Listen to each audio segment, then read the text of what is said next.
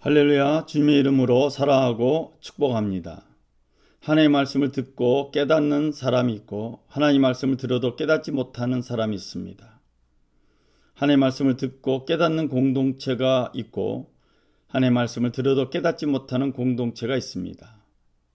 저는 오늘 하나님의 말씀을 듣고 깨닫는 공동체가 되길 소망하면서 두 종류의 인생이라는 제목으로 하나님의 말씀을 나누겠습니다. 마태복음에는 천국이라는 단어가 나옵니다. 마태복음에서의 천국은 사람이 죽은 후에 가는 것을 의미하지 않습니다. 마태복음에서의 천국은 하나님의 나라입니다. 예수님은 이 천국의 비밀, 하나님 나라의 비밀을 지금 비유로 말씀하고 있습니다. 비유라고 하는 말은 가벼운 위로나 교훈적인 가르침을 뜻하지 않습니다. 하나님 나라의 비밀을 듣고 깨닫는 사람은 어떠한 반응을 나타낼 수밖에 없다는 뜻입니다. 예수님은 하나님 나라의 비밀을 씨 뿌리는 자의 비를 통해서 말씀하고 있습니다. 씨 뿌리는 사람이 뿌리로 나가서 길가에 씨를 뿌렸습니다. 그랬더니 새들이 와서 먹어버렸습니다. 이것을 예수님은 이렇게 해석했습니다. 천국 말씀을 듣고 깨닫지 못할 때는 악한 자가 와서 그 마음에 뿌려진 것을 빼앗아 간다. 이 말은 너희 마음에 있는 그 씨앗을 잘 지켜라 이런 뜻입니다. 왜 우리가 하나님의 말씀을 듣고 깨닫지 못할까요? 그것은 우리의 마음이 닫혀져 있기 때문입니다. 마음이 닫혀져 있으면 진리가 들어올 수가 없습니다. 왜 우리 마음이 닫혀져서 길가에 뿌려진 씨앗이 되었을까요? 그것은 몇 가지 이유가 있겠지만 대표적인 이유는 게으르기 때문입니다. 편안한 것만 찾기 때문에 마음이 닫혀지고 말았습니다. 또한 바리새인들처럼 더 이상 배울 것이 없다는 거만한 태도를 가졌기 때문에 닫혀진 마음이 되었습니다. 오늘 우리가 가지고 있는 게으름과 거만함과 어리석은 공포로 인해서 닫혀진 이 마음을 깨고 나와야 우리가 하나님 말씀을 듣고 깨달을 수가 있습니다. 두 번째, 씨 뿌리는 사람이 흙이 얕은 돌밭에 씨를 뿌렸습니다. 흙이 깊지 않아서 싹이 곧 나왔지만은 해가 돋은 후에는 뿌리가 없어서 그 씨가 말라버렸습니다. 이것을 예수님은 이렇게 해석하셨습니다.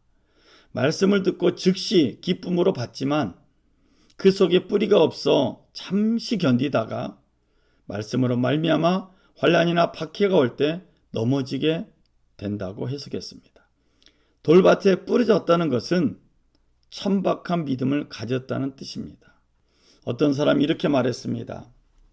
크리스천이 되기는 쉽다. 그러나 온전한 크리스천이 되기는 쉽지 않다. 아주 평범한 말입니다. 그럼에도 불구하고 이 말은 우리로 하여금 새록새록 생각나게 합니다. 예수님을 따르려면 희생의 대가를 지불해야 된다고 마태복음 10장은 우리에게 말하고 있습니다. 그래서 예수님의 제자가 되려면 예수님의 말씀에 깊이 뿌리를 내려야 합니다. 시편 119편 105절 이하에 성경이 이렇게 말하고 있습니다. 주의 말씀은 내 발의 등이요 내 길의 빛이니이다. 나의 고난이 매우 심하오니 여호와여 주의 말씀대로 나를 살아나게 하소서. 말씀이 우리를 살아나게 합니다. 씨 뿌리는 자가 이번에는 가시떨기에 뿌렸습니다. 그랬더니 가시가 자라서 씨앗의 기운을 막아버렸습니다. 이것을 예수님은 이렇게 해석했습니다. 말씀을 들으나 세상의 염려와 재물의 유혹에 말씀이 막혀 결실하지 못하였다. 가시떨기에 씨앗이 뿌려졌다는 것은 삶의 우선순위를 놓쳐버렸다는 뜻입니다. 사랑하는 여러분, 우리 평화의 가족들, 믿음의 가족 여러분, 오늘 왜 우리가 하나님 말씀을 듣고도 깨닫지 못합니까? 하나님 말씀을 듣고도 왜 반응하지 못합니까? 내가 누구인가를 잊어버렸기 때문입니다. 로마서 8장 1절 이하의 성경은 말합니다. 그러므로 이제 그리스도 예수 안에 있는 자에게는 결코 정죄함이 없나니 이는 그리스도 예수 안에 있는 생명의 성령의 법이 죄와 사망의 법에서 너를 해방하였음이라. 생명의 성령의 법이 우리를 해방했기 때문에 우리의 우선순위는 하나님의 말씀을 듣는 것, 하나님의 말씀을 곰곰이 생각하는 것, 그리고 그 말씀에 의지하여 깊이 기도하는 것. 씨 뿌리는 자가 좋은 땅에 씨를 뿌렸습니다. 그랬더니 어떤 것은 100배, 어떤 것은 60배, 어떤 것은 30배 결실하였습니다.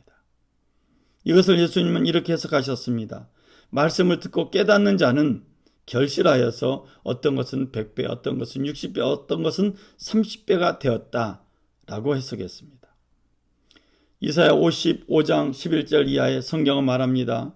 파종하는 자에게는 종자를 주며 먹는 자에게는 양식을 준과 같이 내 입에서 나가는 말도 이와 같이 헛되이 내게로 되돌아오지 아니하고 나의 기뻐하는 뜻을 이루며 나의 보낸 일에 형통함이니라.